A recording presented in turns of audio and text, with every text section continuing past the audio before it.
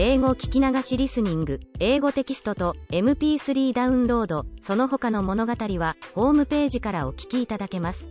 88thpp.com 88thpp.com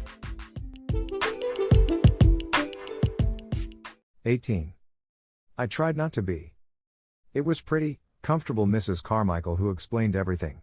She was sent for at once, and came across the square to take Sarah into her warm arms and make clear to her all that had happened. The excitement of the totally unexpected discovery had been temporarily almost overpowering to Mr. Carrisford in his weak condition. "Upon my word," he said faintly to Mr. Carmichael, when it was suggested that the little girl should go into another room. "I feel as if I do not want to lose sight of her." "I will take care of her," Janet said, "and Mama will come in a few minutes." And it was Janet who led her away. "We're so glad you are found," she said. "You don't know how glad we are that you are found." Donald stood with his hands in his pockets, and gazed at Sarah with reflecting and self-reproachful eyes. "If I'd just asked what your name was when I gave you my sixpence," he said, "you would have told me it was Sarah Crewe, and then you would have been found in a minute." Then Mrs. Carmichael came in. She looked very much moved, and suddenly took Sarah in her arms and kissed her. "You look bewildered, poor child," she said. "And it is not to be wondered at." Sarah could only think of one thing. "Was he," she said, with a glance toward the closed door of the library, "was he the wicked friend? Oh, do tell me." Mrs. Carmichael was crying as she kissed her again. She felt as if she ought to be kissed very often because she had not been kissed for so long. "He was not wicked, my dear," she answered. "He did not really lose your papa's money. He only thought he had lost it, and because he loved him so much his grief made him so ill that for a time he was not in his right mind. He almost died of brain fever, and long before he began to recover your poor papa was dead." "And he did not know where to find me," murmured Sarah. "And I was so near." Somehow, she could not forget that she had been so near. "He believed you were in school in France," Mrs. Carmichael explained. "And he was continually misled by false clues. He has looked for you everywhere. When he saw you pass by, looking so sad and neglected, he did not dream that you were his friend's poor child, but because you were a little girl, too, he was sorry for you, and wanted to make you happier. And he told Ramdas to climb into your attic window and try to make you comfortable." Sarah gave a start of joy, her whole look changed. "Did Ramdas bring the things?" she cried out. "Did he tell Ramdas to do it? Did he make the dream that came true?" "Yes, my dear, yes. He is kind and good, and he was sorry for you, for little lost Sarah Crewe's sake." The library door opened and Mr. Carmichael appeared, calling Sarah to him with a gesture. "Mr. Carrisford is better already," he said. "He wants you to come to him." Sarah did not wait. When the Indian gentleman looked at her as she entered, he saw that her face was all alight. She went and stood before his chair, with her hands clasped together against her breast. "You sent the things to me," she said, in a joyful, emotional little voice, "the beautiful, beautiful things? You sent them." "Yes, poor, dear child, I did," he answered her. He was weak and broken with long illness and trouble, but he looked at her with the look she remembered in her father's eyes, that look of loving her and wanting to take her in his arms. It made her kneel down by him, just as she used to kneel by her father when they were the dearest friends and lovers in the world. "Then it is you who are my friend," she said, "it is you who are my friend." And she dropped her face on his thin hand and kissed it again and again. "The man will be himself again in 3 weeks, Mr. Carmichael said aside to his wife. "Look at his face already." In fact, he did look changed. Here was the little missus, and he had new things to think of and plan for already. In the first place, there was Miss Minchin. She must be interviewed and told of the change which had taken place in the fortunes of her pupil. Sarah was not to return to the seminary at all. The Indian gentleman was very determined upon that point. She must remain where she was, and Mr. Carmichael should go and see Miss Minchin himself. "I am glad I need not go back," said Sarah.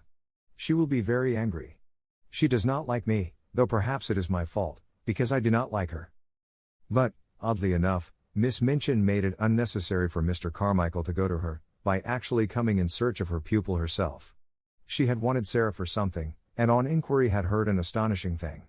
One of the housemaids had seen her steal out of the area with something hidden under her cloak, and had also seen her go up the steps of the next door and enter the house. "What does she mean?" cried Miss Minchin to Miss Amelia.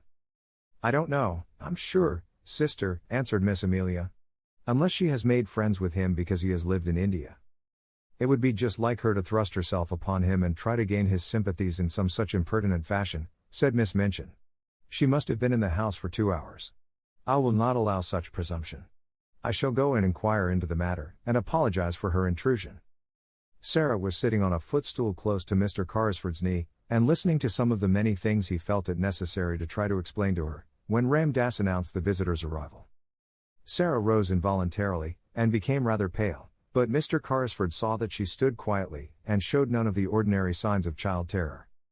Miss Minchin entered the room with a sternly dignified manner. She was correctly and well dressed, and rigidly polite. "I am sorry to disturb Mr. Carrisford," she said, "but I have explanations to make.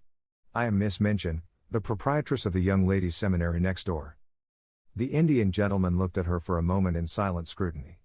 He was a man who had naturally a rather hot temper, and he did not wish it to get too much the better of him. "So you are Miss Minchin?" he said. "I am, sir." "In that case," the Indian gentleman replied, "you have arrived at the right time. My solicitor, Mr. Carmichael, was just on the point of going to see you." Mr. Carmichael bowed slightly, and Miss Minchin looked from him to Mr. Carrisford in amazement. "Your solicitor," she said. "I do not understand. I have come here as a matter of duty. I have just discovered that you have been intruded upon through the forwardness of one of my pupils, a charity pupil. I came to explain that she intruded without my knowledge." She turned upon Sarah. "Go home at once," she commanded indignantly. "You shall be severely punished. Go home at once." The Indian gentleman drew Sarah to his side and patted her hand. "She is not going." Miss Minchin felt rather as if she must be losing her senses. "Not going?" she repeated. "No," said Mr. Carrisford. "She is not going home, if you give your house that name. Her home for the future will be with me." Miss Minchin fell back in amazed indignation. "With you? With you, sir? What does this mean?" "Kindly explain the matter, Carmichael," said the Indian gentleman, "and get it over as quickly as possible." And he made Sarah sit down again, and held her hands in his, which was another trick of her papa's. Then Mr. Carmichael explained, in the quiet, level-toned, steady manner of a man who knew his subject, and all its legal significance, which was a thing Miss Minchin understood as a businesswoman, and did not enjoy. "Mr. Carrisford, madam," he said, "was an intimate friend of the late Captain Crewe. He was his partner in certain large investments. The fortune which Captain Crewe supposed he had lost has been recovered, and is now in Mr. Carrisford's hands." "The fortune!" cried Miss Minchin, and she really lost color as she uttered the exclamation. "Sarah's fortune." "It will be Sarah's fortune," replied Mr. Carmichael, rather coldly. "It is Sarah's fortune now, in fact. Certain events have increased it enormously. The diamond mines have retrieved themselves." "The diamond mines!" Miss Minchin gasped out.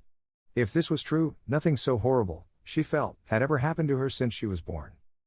"The diamond mines," Mr. Carmichael repeated, and he could not help adding, with a rather sly, unlawyer-like smile, "There are not many princesses, Miss Minchin, who are richer than your little charity pupil, Sarah Crewe, will be. Mr. Carrisford has been searching for her for nearly 2 years, he has found her at last, and he will keep her." After which he asked Miss Minchin to sit down while he explained matters to her fully, and went into such detail as was necessary to make it quite clear to her that Sarah's future was an assured one, and that what had seemed to be lost was to be restored to her tenfold, also, that she had in Mr. Carrisford a guardian as well as a friend. Miss Minchin was not a clever woman, and in her excitement she was silly enough to make one desperate effort to regain what she could not help seeing she had lost through her worldly folly. "He found her under my care," she protested. "I have done everything for her. But for me she should have starved in the streets." Here the Indian gentleman lost his temper. "As to starving in the streets," he said, "she might have starved more comfortably there than in your attic." "Captain Crewe left her in my charge," Miss Minchin argued. "She must return to it until she is of age. She can be a parlor boarder again. She must finish her education. The law will interfere in my behalf." Come, Miss Minchin," Mr. Carmichael interposed, "the law will do nothing of the sort. If Sarah herself wishes to return to you, I dare say Mr. Carrisford might not refuse to allow it. But that rests with Sarah." "Then," said Miss Minchin, "I appeal to Sarah. I have not spoiled you, perhaps," she said awkwardly to the little girl, "but you know that your papa was pleased with your progress. And, I have always been fond of you." Sarah's green-gray eyes fixed themselves on her with the quiet, clear look Miss Minchin particularly disliked. "Have you, Miss Minchin?" she said. I did not know that. Miss Minchin reddened and drew herself up. You ought to have known it, said she, but children, unfortunately, never know what is best for them. Amelia and I always said you were the cleverest child in the school. Will you not do your duty to your poor papa and come home with me? Sarah took a step toward her and stood still. She was thinking of the day when she had been told that she belonged to nobody, and was in danger of being turned into the street. She was thinking of the cold, hungry hours she had spent alone with Emily and Melchizedek in the attic. She looked Miss Minchin steadily in the face. You know why I will not go home with you, Miss Minchin, she said. You know quite well. A hot flush showed itself on Miss Minchin's hard, angry face. You will never see your companions again, she began. I will see that Ermengarde and Lottie are kept away. Mr. Carmichael stopped her with polite firmness. Excuse me, he said, she will see anyone she wishes to see. The parents of Miss Crewe's fellow pupils are not likely to refuse her invitations to visit her at her guardian's house. Mr. Carrisford will attend to that. It must be confessed that even Miss Minchin flinched. This was worse than the eccentric bachelor uncle who might have a peppery temper and be easily offended at the treatment of his niece. A woman of sordid mind could easily believe that most people would not refuse to allow their children to remain friends with a little heiress of diamond mines. And if Mr. Carrisford chose to tell certain of her patrons how unhappy Sarah Crewe had been made, many unpleasant things might happen. You have not undertaken an easy charge, she said to the Indian gentleman, as she turned to leave the room. You will discover that very soon. The child is neither truthful nor grateful. I suppose to Sarah, that you feel now that you are a princess again. Sarah looked down and flushed a little, because she thought her pet fancy might not be easy for strangers, even nice ones, to understand at first. I tried not to be anything else, she answered in a low voice. Even when I was coldest and hungriest, I tried not to be. Now it will not be necessary to try, said Miss Minchin, acidly, as Ram Dass salamed her out of the room. She returned home and, going to her sitting room, sent at once for Miss Amelia. She sat closeted with her all the rest of the afternoon, and it must be admitted that poor Miss Amelia passed through more than one bad quarter of an hour. She shed a good many tears, and mopped her eyes a good deal. One of her unfortunate remarks almost caused her sister to snap her head entirely off, but it resulted in an unusual manner. I'm not as clever as you, sister, she said, and I am always afraid to say things to you for fear of making you angry. Perhaps if I were not so timid it would be better for the school and for both of us. I must say I've often thought it would have been better if you had been less severe on Sarah Crewe, and had seen that she was decently dressed and more comfortable. I know she was worked too hard for a child of her age, and I know she was only half fed. How dare you say such a thing, exclaimed Miss Minchin. I don't know how I dare, Miss Amelia answered, with a kind of reckless courage, but now I've begun I may as well finish, whatever happens to me. The child was a clever child and a good child, and she would have paid you for any kindness you had shown her. But you didn't show her any. The fact was, she was too clever for you, and you always disliked her for that reason. She used to see through us both. Amelia, gasped her infuriated elder, looking as if she would box her ears and knock her cap off, as she had often done to Becky. But Miss Amelia's disappointment had made her hysterical enough not to care what occurred next. She did. She did, she cried. She saw through us both. She saw that you were a hard-hearted, worldly woman, and that I was a weak fool, and that we were both of us vulgar and mean enough to grovel on our knees for her money, and behave ill to her because it was taken from her, though she behaved herself like a little princess even when she was a beggar. She did, like a little princess. And her hysterics got the better of the poor woman, and she began to laugh and cry both at once, and rock herself backward and forward. And now you've lost her, she cried wildly, and some other school will get her and her money, and if she were like any other child she'd tell how she's been treated, and all our pupils would be taken away and we should be ruined. And it serves us right, but it serves you right more than it does me, for you're a hard woman, Maria Minchin, you're a hard, selfish, worldly woman. And she was in danger of making so much noise with her hysterical chokes and gurgles that her sister was obliged to go to her and apply salts and sal volatile to quiet her, instead of pouring forth her indignation and her audacity. And from that time forward, it may be mentioned, the elder Miss Minchin actually began to stand a little in awe of a sister who, while she looked so foolish, was evidently not quite so foolish as she looked, and might, consequently, break out and speak truths people did not want to hear. That evening, when the pupils were gathered together before the fire in the schoolroom, as was their custom before going to bed, Ermengarde came in with a letter in her hand and a queer expression on her round face. It was queer because, while it was an expression of delighted excitement, it was combined with such amazement as seemed to belong to a kind of shock just received. "What is the matter?" cried 2 or 3 voices at once. "Is it anything to do with the row that has been going on?" said Lavinia, eagerly. "There has been such a row in Miss Minchin's room. Miss Amelia has had something like hysterics and has had to go to bed." Ermengarde answered them slowly as if she were half stunned. "I have just had this letter from Sarah," she said, holding it out to let them see what a long letter it was. "From Sarah?" Every voice joined in the exclamation.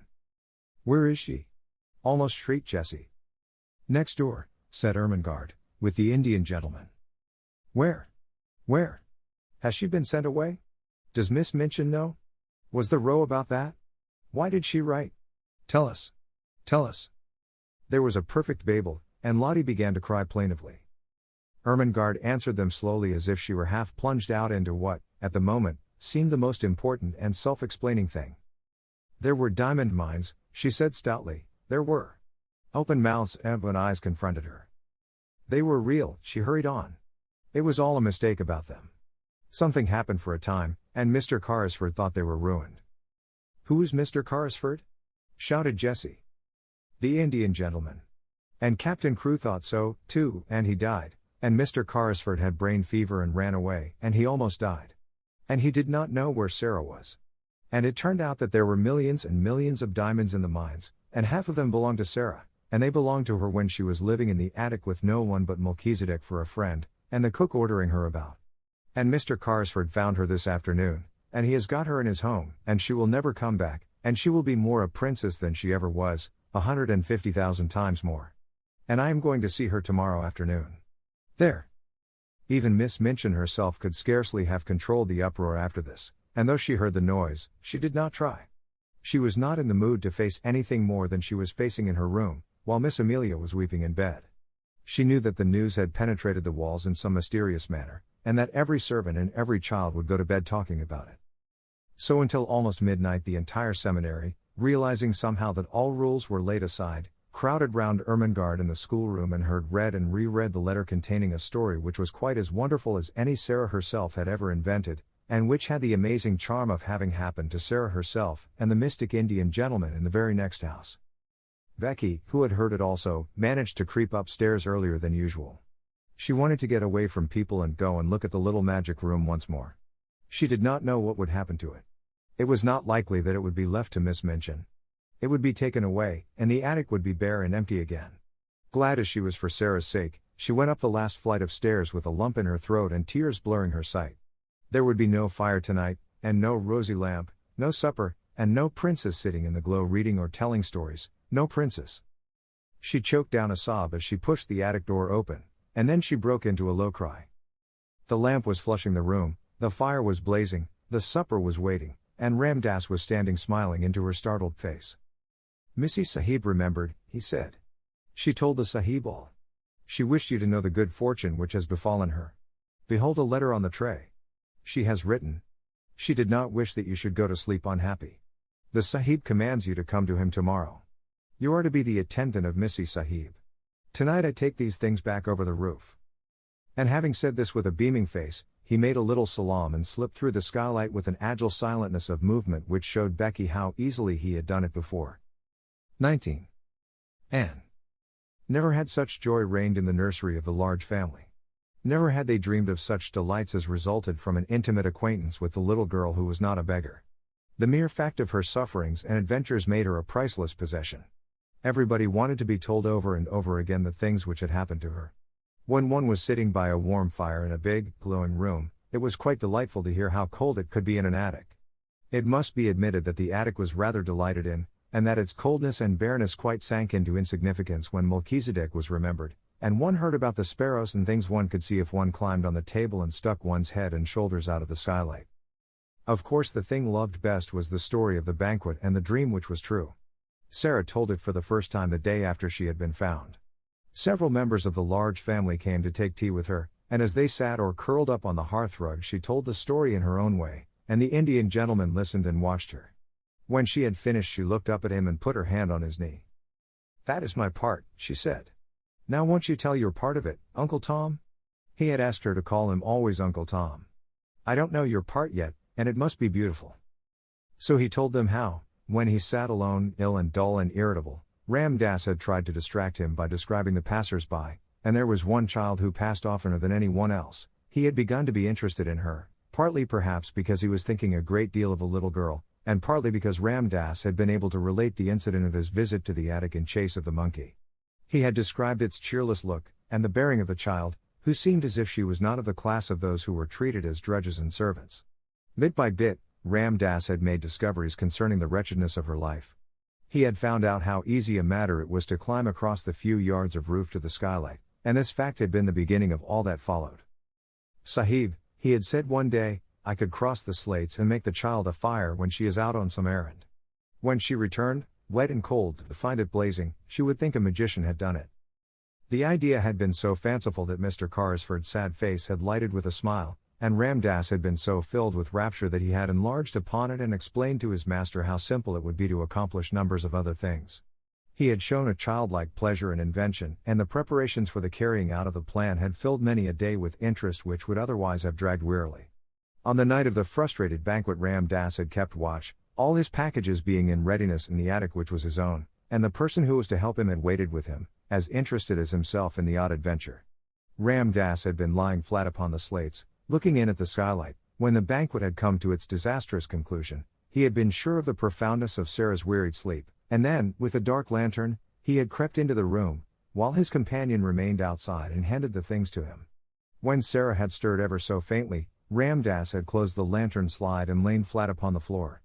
These and many other exciting things the children found out by asking 1,000 questions.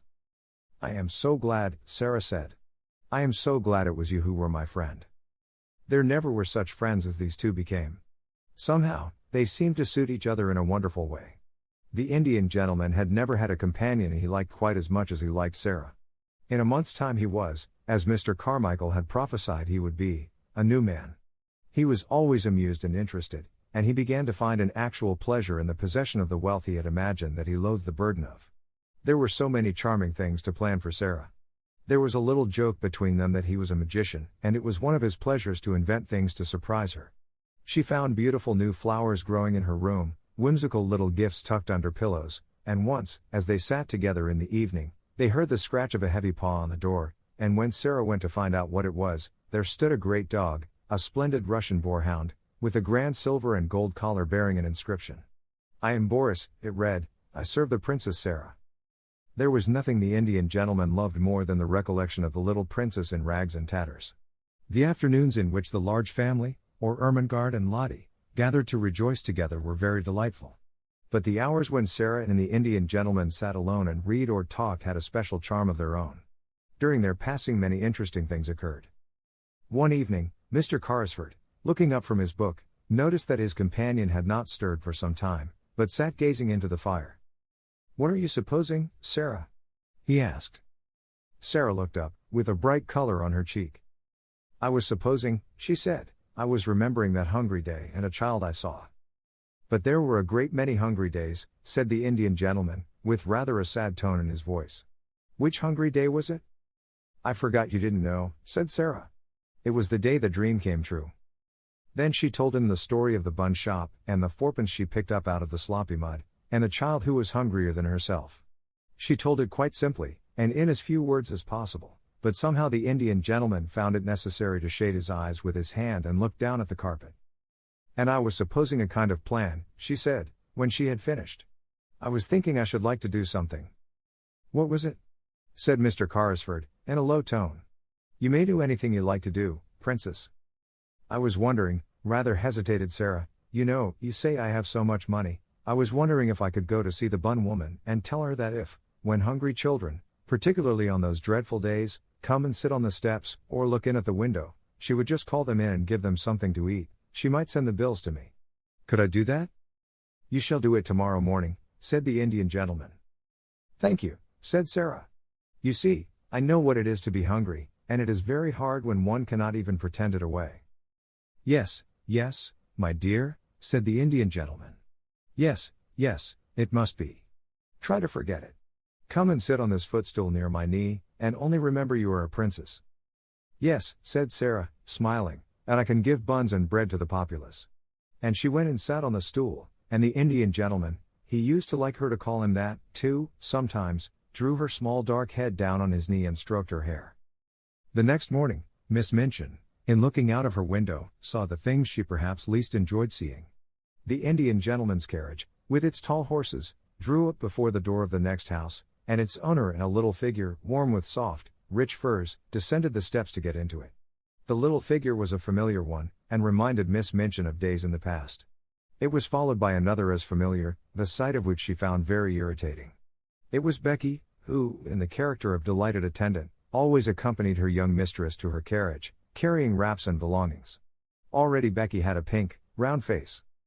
A little later the carriage drew up before the door of the baker's shop, and its occupants got out, oddly enough, just as the bun woman was putting a tray of smoking hot buns into the window. When Sarah entered the shop, the woman turned and looked at her, and, leaving the buns, came and stood behind the counter. For a moment she looked at Sarah very hard indeed, and then her good-natured face lighted up.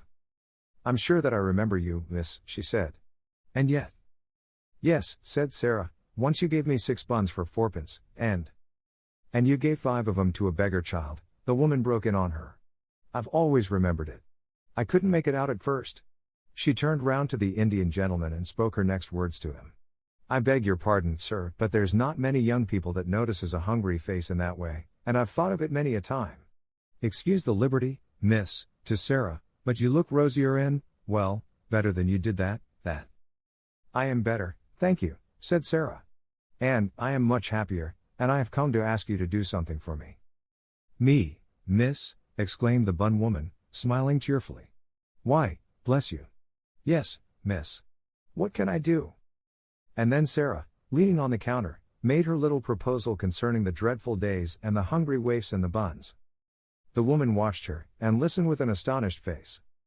"Why, bless me," she said again when she had heard it all, "it'll be a pleasure to me to do it. I am a working woman myself and cannot afford to do much on my own account, and there's sights of trouble on every side, but, if you'll excuse me, I'm bound to say I've given away many a bit of bread since that wet afternoon, just along a thinking of you, and how wet and cold you was, and how hungry you looked, and yet you gave away your hot buns as if you was a princess." The Indian gentleman smiled involuntarily at this, and Sarah smiled a little, too, remembering what she had said to herself when she put the buns down on the ravenous child's ragged lap. "She looked so hungry," she said. "She was even hungrier than I was." "She was starving," said the woman. "Many's the time she's told me of it since, how she sat there in the wet, and felt as if a wolf was tearing at her poor young insides."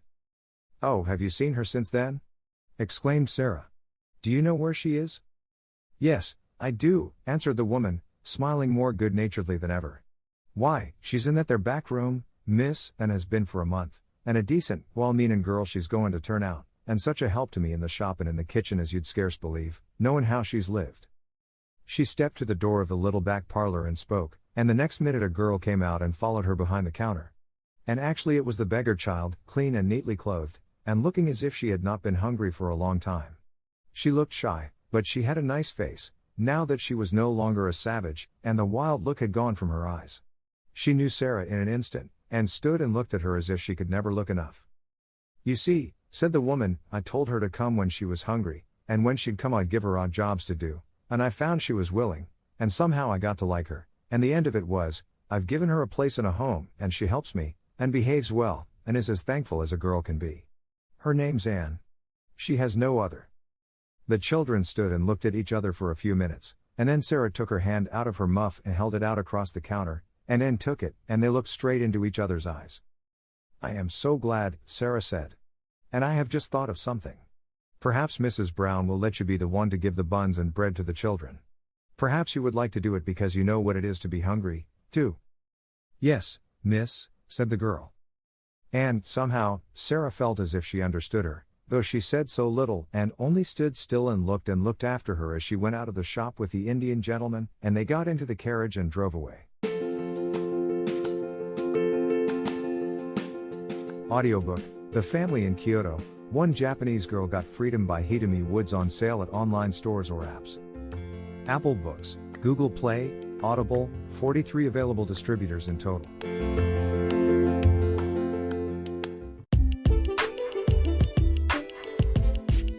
英語聞き流しリスニング、英語テキストと MP3 ダウンロード、その他の物語はホームページからお聞きいただけます。88thpp.com 88thpp.com